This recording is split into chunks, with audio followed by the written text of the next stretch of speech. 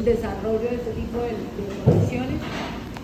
Este es un paciente adulto mayor con un antecedente de extabaquismo o hipertensión arterial que tiene un antecedente quirúrgico de un reemplazo de una válvula biológica por una válvula protésica a nivel de la aorta el año anterior a presentar los síntomas actuales. El paciente tiene ya diagnóstico de endocarditis bacteriana en la que no se pudo aislar el germen. Entonces, si leyeron el tema o realizaron la guía del diagnóstico de endocarditis bacteriana según los criterios de Duke, se hace en clínica.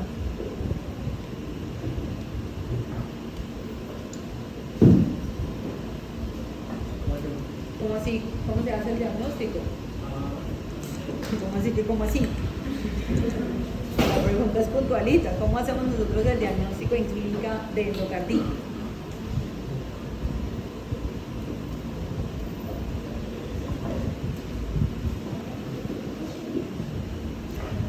Por la visualización ecográfica de la vegetación, pero no lograron hacer el aislamiento del agente bacteriano.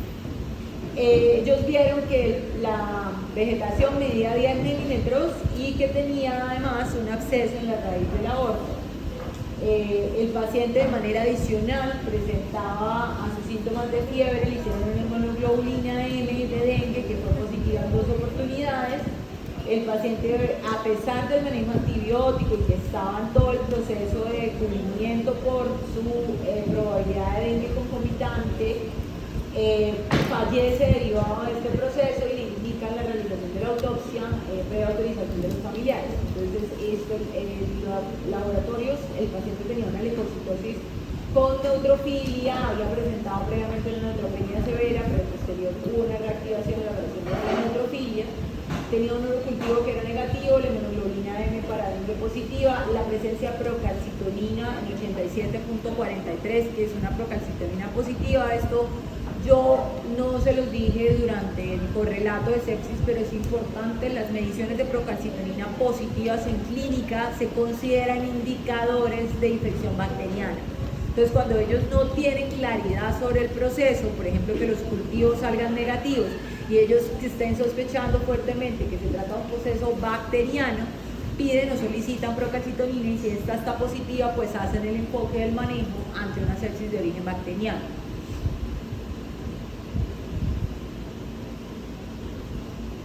Durante la autopsia, este corazón ya está fijo, o sea, ya pasó un tiempo en formol.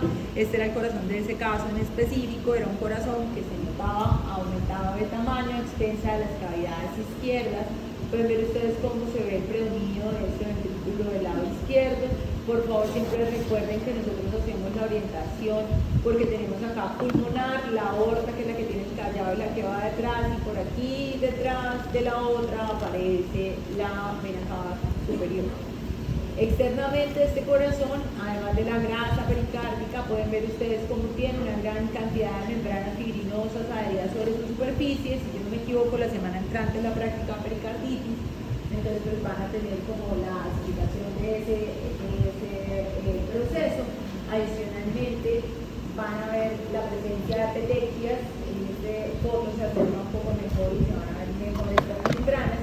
Cuando nosotros hacemos un corte histológico de este pericardio, podemos ver que el pericardio está notoriamente engrosado, que tiene algún depósito de material fibrinoide, alguna proliferación de vasos sanguíneos y un infiltrado inflamatorio que si bien es disperso en algunas zonas se hace un poco más denso, dando o configurando la presencia de una pericarditis. Acá están estas membranas, que es pues este depósito de fibrina más denso, que es lo que corresponde macroscópicamente a las membranas que observamos en la superficie externa del corazón.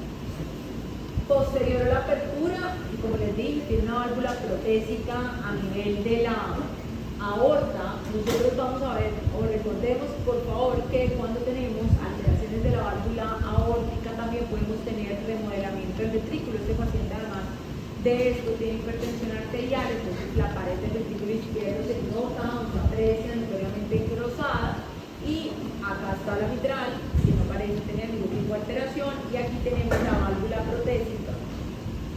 Y van a ver ustedes cómo se observa todo este depósito de material de apariencia de lesión en relación con los hilos de sutura. Las válvulas protésicas están diseñadas para que no haya nada que se adhiera a su superficie, es decir, el material en las que ellas están hechas evitan que se formen vegetaciones sobre ellas. Pero el problema es que nosotros tenemos que fijar esa válvula. Nosotros tenemos que fijar esa válvula a la aorta, ¿sí? Entonces, pues no a la aorta, sino tenemos que fijar la válvula de alguna manera a la estructura que la vamos a pegar. Entonces, siempre se utilizan hilos de sutura o se utilizan algún tipo de alteraciones, de formas de fijación, y ahí es donde tenemos nosotros el problema, porque ahí se genera una respuesta inflamatoria, ¿sí? Siempre que tengamos un material externo, como serían los hilos de sutura, vamos a generar una respuesta inflamatoria, y la base de la formación de las vegetaciones, que son estas lesiones excrescentes, es lo mismo siempre, muchachos. Una zona de turbulencia que me va a levantar a mí el endotelio. Vamos a tener un depósito de fibrina, y sobre ese depósito de fibrina de manera posterior es que bajo ciertas condiciones, sobre todo la circulación de bacterias, es que las bacterias van a llegar a vivir a esa cama de fibrina. Entonces, nosotros histológicamente, ¿qué vamos a ver? Un denso infiltrado inflamatorio de predominio polimorfo nuclear que se va a mezclar con detritus celulares, depósito de fibrina. Acá está la valva fija, pero acá tenemos nosotros la presencia de la fibrina, el infiltrado inflamatorio, que ese infiltrado inflamatorio va a ser de predominio polimorfo nuclear neutrófilo. ¿Podemos ver las bacterias? Sí. ¿Es obligatorio ver las bacterias? No. El infiltrado inflamatorio de tipo polimorfo ya nos da la indicación de que estamos ante una endocarditis bacteriana, porque las vegetaciones no infecciosas solo tienen depósito de fibrina. O sea, solamente es la denudación del endotelio hace que se deposite fibrina, entonces un cúmulo de fibrina, o sea, es acelular. ¿Sí? Que nosotros ya tengamos infiltrado inflamatorio ya nos da una indicación de que hay una respuesta montada, y eso es derivado o debido a un proceso infeccioso. En este caso en específico, el paciente va a tener remodelamiento asociado a sus antecedentes, hipertensión arterial, entonces, y el remodelamiento derivado de la lesión valvular. Entonces vamos a tener una hipertrofia de ese ventrículo. De manera adicional, el paciente tiene un remodelamiento de las estructuras arteriolares en el interior del corazón, con un depósito de hialino en su pared, asociado a cambios de fibrosis alrededor de los vasos sanguíneos, que son estas áreas que ustedes están viendo acá. Eso se llama una cardiopatía isquémica crónica, que es derivada de un proceso o asociado al proceso de hipertensión, o puede estar asociado a procesos de coronariopatía o presencia de placas ateromatosas de las coronas.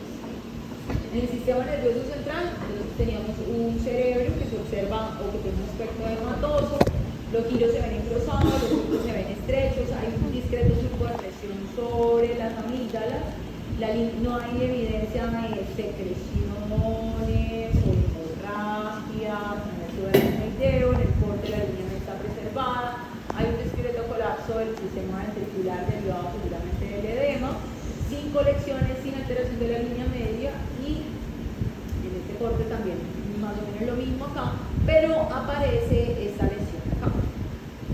Es una lesión amarillenta que deforma parte de este surco. Histológicamente corresponde a un infarto séptico, infiltrado de polimorfos, la destrucción del tejido del parénquima adyacente, con presencia de algunos trombos de fibrina que ocluyen completamente la luz de los vasos en las áreas adyacentes. Los trombos, por definición, deben ocluir completamente la pared del vaso, que se va a ver dilatada. No es necesario que tengan células o que esté con el infiltrado inflamatorio. Cuando nosotros vemos un trombo que tiene polimorfos nucleares o que ya tiene bacterias, lo llamamos trombo séptico. Si no, solamente lo llamamos trombo, ¿sí? Entonces, esta es como la parte de la definición, y para que dejemos claro que estamos viendo el trombo, y en el área adyacente estamos viendo la lesión isquémica derivada de ese proceso. Aquí tenemos ahora las fotos de los riñones. Todos estos órganos ya estaban fijos. Esas Estos riñones, si bien son prácticamente simétricos, tenemos algunas irregularidades sobre su superficie, con la presencia de algunas cicatrices que pueden deformar esta superficie. Además vemos petequias, y en la cara interna aparece este tipo de lesión. Por definición, muchachos, los infartos siempre van a ser así, ¿no? En cuña. Dice el libro que con la vértice apuntando al vaso que está ocluido. Yo no le creo mucho a esa descripción, porque la verdad no es lo usual que uno ve, pero pues así aparecen los libros descritos. En este caso se trata de una lesión macroscópicamente blanco-amarillenta que era reblandecida. Histológicamente vemos acá este vaso sanguíneo que sí se encuentra ocluido, en este caso con un denso infiltrado inflamatorio polimorfo nuclear neutrófilo, y que provoca los cambios de isquemia en el tejido adyacente, que puede tener o no la respuesta inflamatoria. Adicionalmente, en esos órganos vamos a encontrar lesiones diferentes derivadas del proceso de una falla cardíaca o derivados del proceso de choque séptico, como es la presencia de la necrosis tubular aguda, que es la pérdida de la vasofilia de los túbulos renales, que va a suponer en la clínica una pérdida de la función renal. Este es el vaso desde la superficie externa. Ya estamos viendo estas lesiones amarillentas que están viendo ustedes acá. Histológicamente corresponden a infartos por émbolos sépticos con respuesta inflamatoria.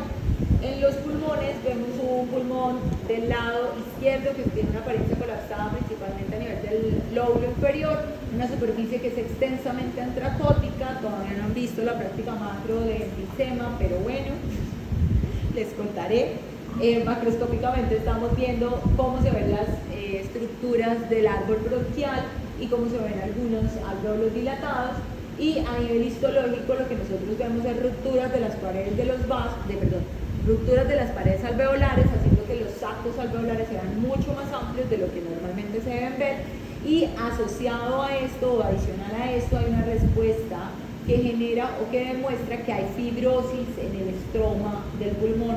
Recuerden que a nivel distal nuestros alvéolos están, o el espacio intersticial alveolar es supremamente delgado, porque solamente básicamente va a contener los capilares para que haya intercambio gaseoso.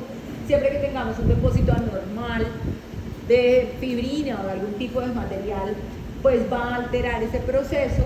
Fíjense que incluso en esta imagen tenemos pigmento antracótico, o ese pigmento, este material de aspecto negruzco, que es material carbonáceo, con irregularidad en la disposición normal de la arquitectura, con estas áreas que se ven mucho más gruesas de lo que uno esperaría observar o encontrar.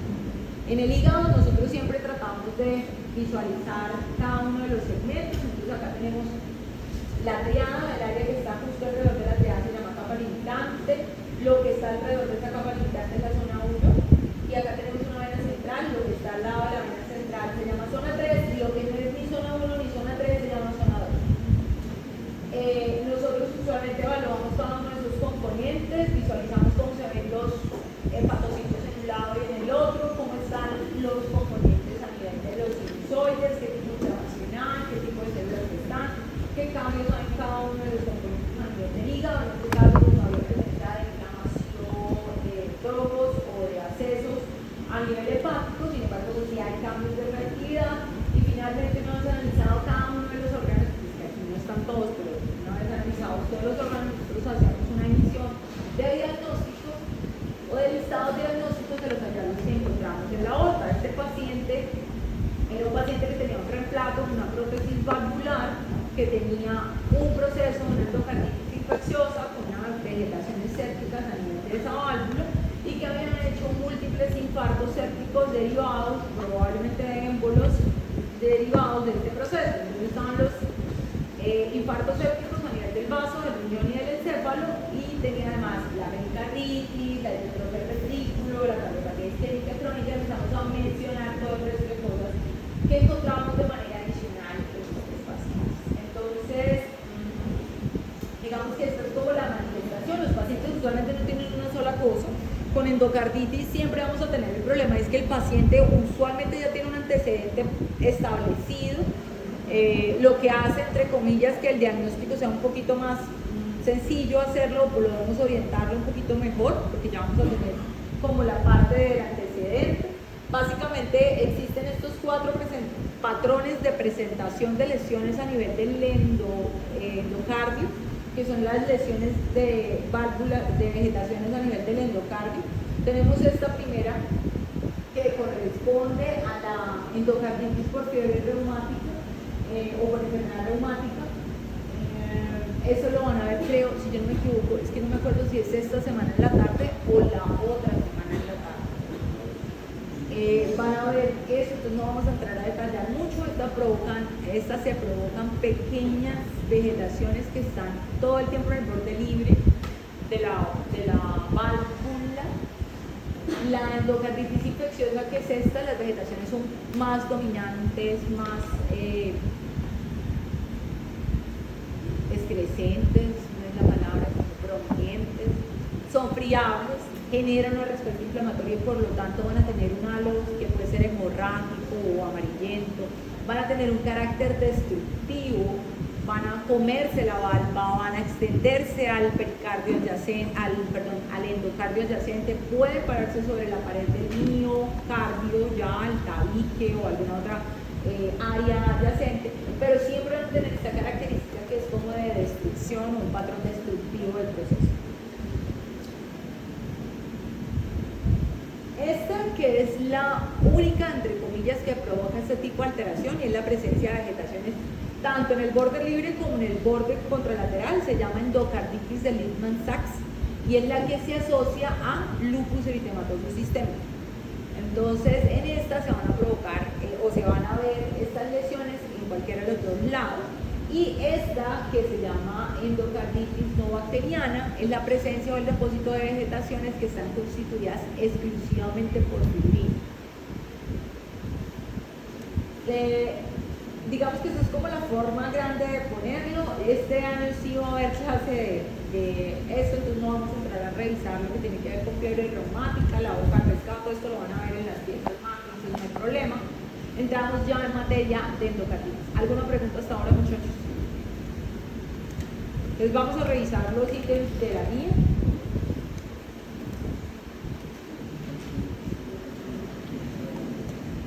¿Qué es la endocarditis bacteriana? Es una enfermedad infecciosa, como su nombre lo dice, que afecta al endocardio y que va a cursar con vegetaciones. Para yo poder hablar de endocarditis tengo que tener vegetaciones. Se van a presentar casi siempre en las válvulas, pero puedo tener lesión en cualquier parte del endocardio, es decir, en otras superficies que no necesariamente sea la superficie valvular. Lo normal es que sea en las válvulas, o lo usual es que sea en las válvulas. ¿De qué está formada una vegetación?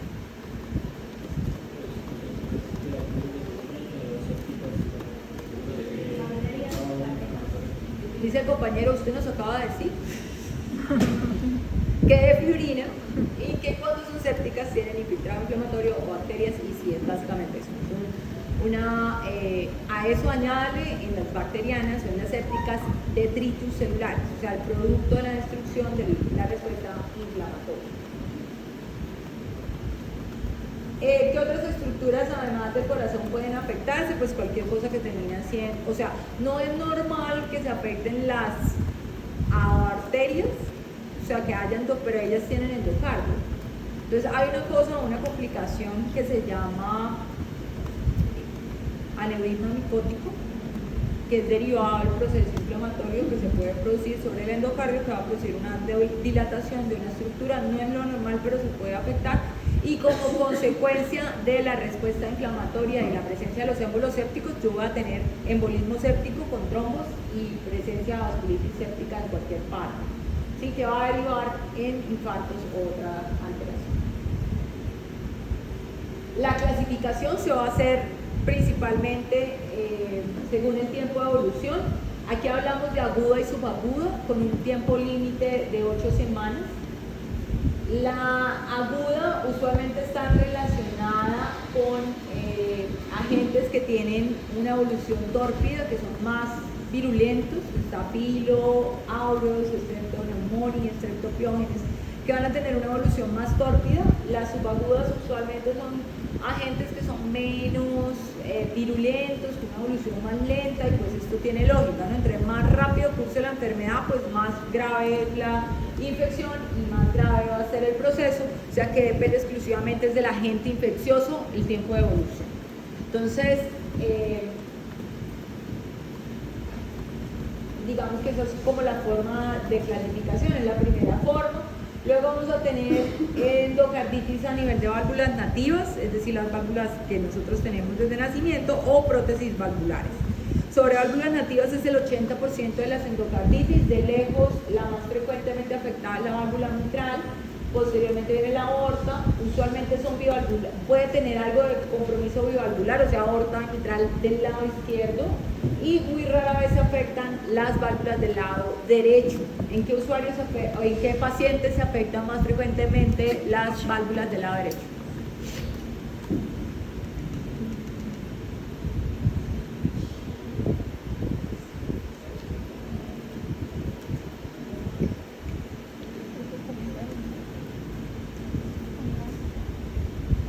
¿No? ¿Pero qué pasa, niño?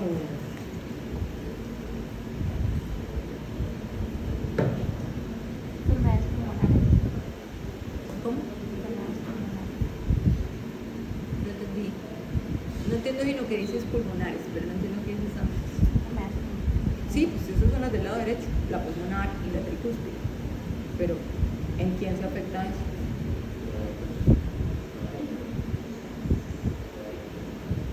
Sí, señor. En los pacientes usuarios de drogas endovenosas, o sea, los drogadictos, que utilizan drogas endovenosas.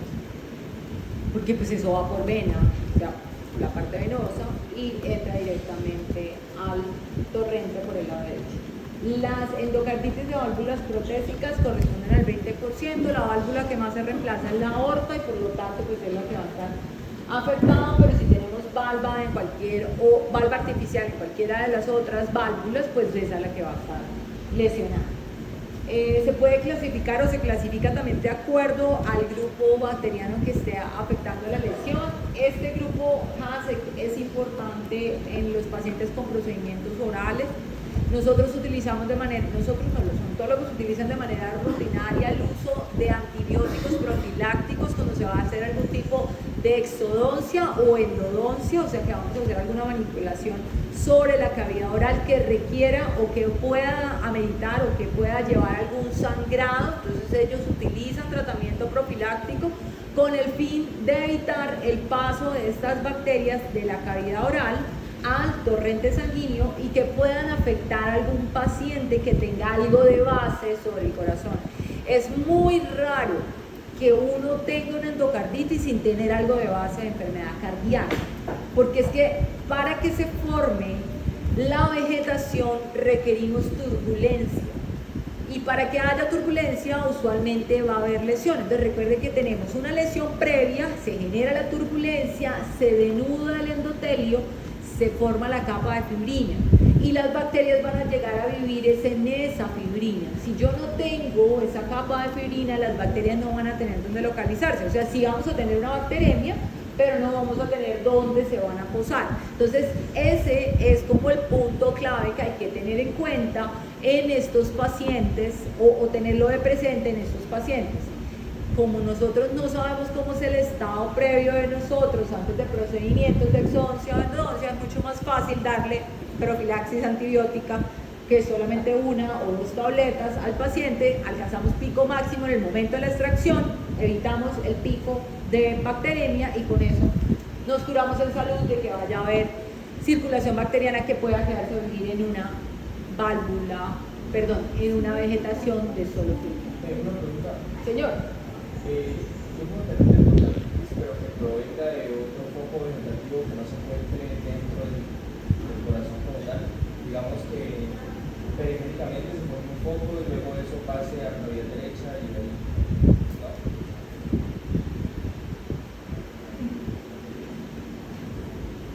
Que, o sea, usualmente esa es la forma. Yo tengo una vegetación de fibrina, tengo que tener una lesión previa con un depósito de fibrina a nivel del endocardio y tiene que haber un pico, un foco de bacteremia. ¿Cuál es la causa del foco de bacteriemia? Pues es relativo, ¿sí? No entiendo muy bien la pregunta que me está haciendo, pero pues siempre tiene que haber una lesión valvular y un pico de bacteriemia. O sea, debe ser valvular. No, pues puede haber una denudación del endotelio, pero es que usualmente las denudaciones del endotelio llevan a trombosis. Entonces, si usted tiene una lesión del endotelio, por ejemplo una placa ateromatosa, pues eso se va a cubrir. Entonces el flujo hace que sea muy difícil. Es en ese punto, porque como nosotros hacemos cierre de la válvula, entonces hay un periodo de tiempo que esto queda en reposo. Entonces es más relacionado con eso y ese es el sitio más frecuente. ¿Puede haber endocarditis en otro lado? Sí, son anecdóticas y raras. Usualmente son dentro del mismo corazón. No es lo frecuente. De poder, puede. ¿Sí? Pero requiere las dos cosas. O sea, requiere una lesión en el endotelio con depósito de fibrina y requiere un pico de bacteremia. Entonces, ¿cómo aparece el pico de bacteremia? Puede ser una foliculitis, puede ser un absceso, puede ser una neumonía. O sea, tiene que haber alguna cosa adicional que me genere el pico de bacteriemia. Usualmente ellos a partir de cultivos logran aislar el agente infeccioso y se hace el tratamiento mucho más dirigido. Porque aquí hay que entender que hay que primero acabar la endocarditis bacteriana y luego reparar el daño de la válvula, ¿no? Entonces el proceso en estos pacientes es un poco más demorado, porque igual tenemos que hacer la endocarditis, no solamente va a generar los síntomas alrededor de la falla, de la presencia de los émbolos y de las lesiones, sino que además va a generar una lesión directa sobre la válvula. Entonces hay que arreglar esa válvula de manera posterior. Pero en el 10% de los pacientes no se puede aislar ese agente. Recuerden que en el caso que yo les coloqué, decían que no habían podido aislar el agente o el microorganismo causal de la endocarditis, porque usualmente nosotros utilizamos realización de hemocultivos en estos pacientes cuando tenemos pico febril, porque es el punto donde está la bacteria.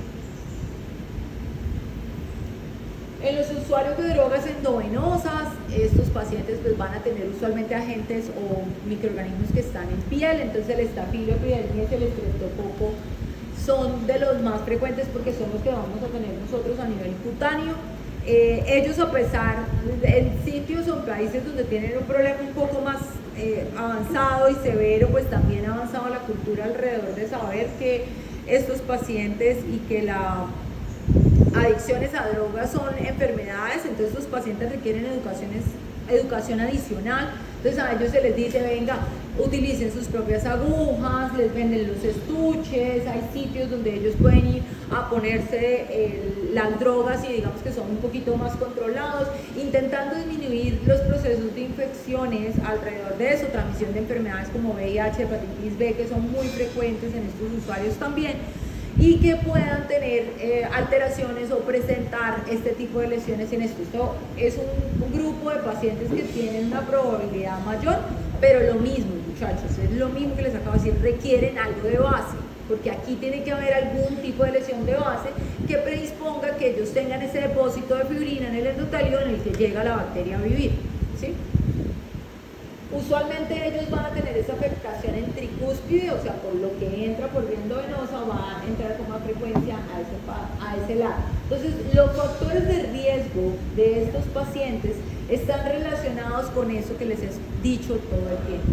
Algo previo sobre la válvula. Entonces, pacientes que tienen cardiopatía reumática, pacientes que tienen válvulas protésicas, pacientes con malformaciones congénitas y anormalidades estructurales a nivel de la valva, paciente que tiene, bueno, estos como proceso.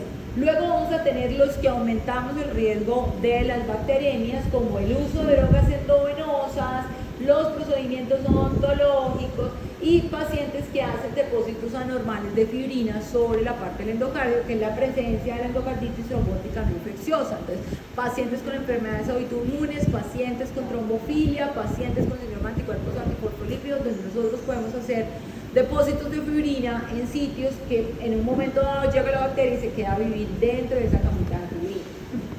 Siempre la base va a ser lo mismo, una lesión sobre el endotelio que va a provocar que en un choque de la sangre haya una turbulencia, se denude el endotelio y aparezca la cama de fibrina o el depósito de fibrina, que termina siendo la formación de trombos no infecciosos. Posterior de eso va a aparecer el foco de bacteremia. Y ahí, cuando tenemos esa mezcla de esas dos cosas, es que las bacterias se quedan a vivir y aparece la endocarditis infecciosa. Entonces, macroscópicamente lo que nosotros vamos a ver son lesiones excrescentes que van a tener un carácter destructivo, que van a ser notoriamente inflamatorias, van a tener un halo eritematoso con focos de hemorragia, apariencia amarillenta de acuerdo a la cantidad de neutrófilos que tengan. Siempre van a tener una característica, es que son friables al tacto, por eso es que se desprenden, por eso es que hacen los émbolos, por eso es que hacen las bacteremias y generan los síntomas, y van a tener un carácter destructivo que puede acortar o dañar las válvulas, extenderse a la pared del miocardio adyacente y provocar rupturas de la válvula, de las cuerdas tendinosas, de la pared del tabique, pueden generar lesiones severas, y esto lógicamente es lo que ya habíamos visto en el caso que les mostré: infiltrado inflamatorio, predominio polimorfo nuclear neutrófilo, detritus celulares, algunas veces se ven las bacterias, y la presencia o la relación directa con el tejido valvular adyacente. ¿Qué características clínicas va a tener este paciente? Entonces el paciente va a tener las lesiones derivadas o va a presentar síntomas derivados de la lesión valvular.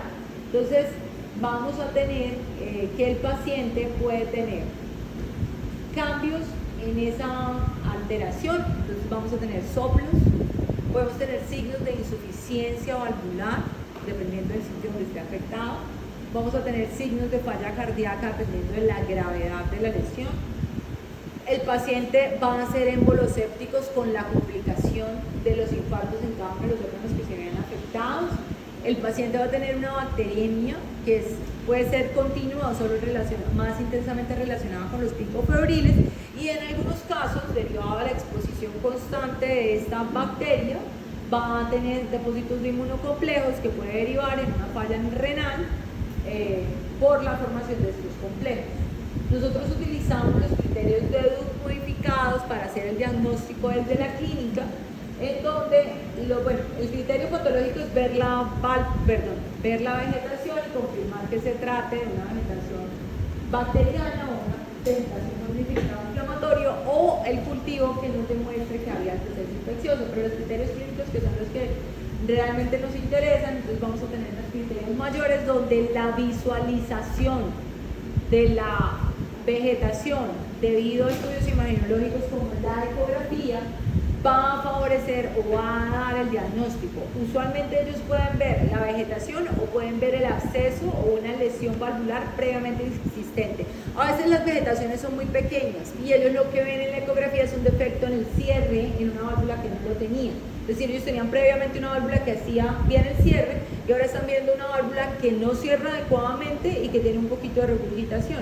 Entonces se asume que ahí hay una masa o hay algo que está evitando el cierre de esa válvula, y por eso pueden ellos llegar al diagnóstico de que están ante una endocarditis. Los criterios menores están más relacionados con factores de riesgo o con la sintomatología, entonces la presencia de fiebre, pacientes que tienen lesiones específicas que ya las vamos a revisar ahorita, como los nódulos de Olver, los nódulos de Roth y algunas cosas adicionales. Y los pacientes van a presentar también manifestaciones como presencia de infartos o presencia en otros órganos como el pulmón, los riñones o el vaso. Y usualmente cuando uno tiene un paciente que presenta múltiples lesiones de tipo trombótico, lo primero que debe pensar es que está ante una endocarditis. Estas son como las manifestaciones que usualmente le colocan a uno. Las lesiones de Hanaway, que son la presencia de estas máculas, roquizas, que en algunas ocasiones van a tener unos puntos amarillentos sobre las palmas o las plantas, fiebre, petequia, los nódulos de Olver, que son estas lesiones sobrelevadas, que pueden ser o no dolorosas principalmente sobre la región tenal. Algunas manifestaciones cerebrales derivadas de un accidente cerebrovascular, las hemorragias en astillas a nivel ungueal, la presencia de un soplo nuevo que cambie, un cambio en el examen físico, un paciente que ya sepamos que tiene un soplo y que aparezca un cambio. y las manchas de Roth, que son las hemorragias retinianas, que son estas que están aquí visualizadas a nivel del fondo de ojo. El paciente que tiene una endocarditis bacteriana pues va a tener una serie de complicaciones derivadas de... Señora.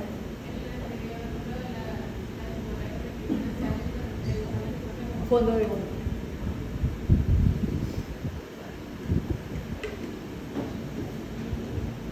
El paciente va a fallecer o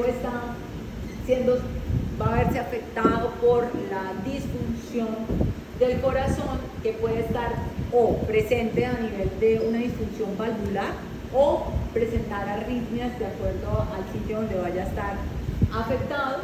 Puede desarrollar una sepsis, los émbolos sépticos y los infartos sépticos, que van a derivar en síntomas dependiendo del sitio en donde esté. La presencia del aneurisma micótico, que era la que yo les decía que cuando tenemos inflamación infecciosa de la pared de un vaso sanguíneo que se va a dilatar, lo llamamos así, aneurisma micótico. Algunas alteraciones neurológicas que pueden ser derivadas del proceso de la sepsis o de la afectación directa del embolismo de estas lesiones, y la glomerulonefritis por el depósito inmunocomplejo. Entonces, aquí viene una cosa que tal vez se pueda perder en la idea. Tienen que tener en cuenta el tamaño de una válvula cardíaca y que tienes una vegetación, una de las valvas. Entonces, lo que se desprende son pedacitos muy pequeños. Entonces, por eso las manifestaciones de los trombos o de los émbolos que hace son pequeños, ¿no? Entonces, por eso se ven las astillas en las uñas, las manchas en las manos, o sea, son pequeños fragmentos que se van originando. Si yo tengo un montón de esos en el cerebro, pues ya es un complique, porque además me va a generar microabscesos en el cerebro. Si hago lo mismo en el riñón, pues eso. Pero pues generalmente esos son los trombos que hemos visto en otras ocasiones que se pueden derivar de ese proceso. Entonces vamos a ver un momentico los corazones que tengo aquí. Ahí tenemos tiempo para que lo revisen.